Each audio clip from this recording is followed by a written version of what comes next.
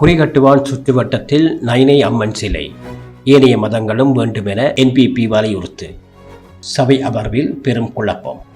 புங்குடுதீவு குறிகட்டுவான் இறங்குதுறை சுற்றுவட்டத்தில் வேலணையின் அடையாளங்களில் ஒன்றான நயினாதீவு நாகபூசணி அம்மனின் சிலை வைக்கப்பட வேண்டும் என்று கொண்டுவரப்பட்ட முன்மொழிவுக்கு மாற்றாக என்பிபி உறுப்பினர்கள் முன்வைத்த பொது அடையாளம் வைக்கப்பட வேண்டும் என்ற கருத்தால் வேலணை பிரதேச அமர்வில் கடும் வாக்குவாதம் ஏற்பட்டது.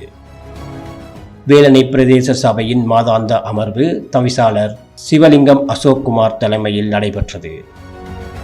இதன்போது குறித்த விடயம் தொடர்பில் வேலணை பிரதேச சபையின் உறுப்பினர் சிவகுமாரினால் முன்மொழிவு ஒன்று சமர்ப்பிக்கப்பட்டது.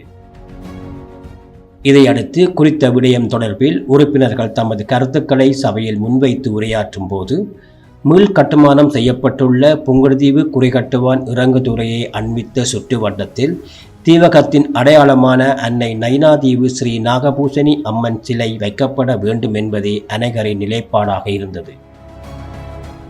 ஆனால் குறித்த விவாதத்தின் போது சபையில் பிரசன்னமாக இருந்த தேசிய மக்கள் சக்தி உறுப்பினர்கள், நயினாதீவு என்பது ஒரு சுற்றுலா தலம், இங்கு ஓர் மதத்தின் அடையாளத்தை காட்சிப்படுத்துவது பொருத்தமற்றது. குறிப்பாக நயினாதீவில் 4 மதங்கள் சார் மக்கள் வாழ்கின்றனர்.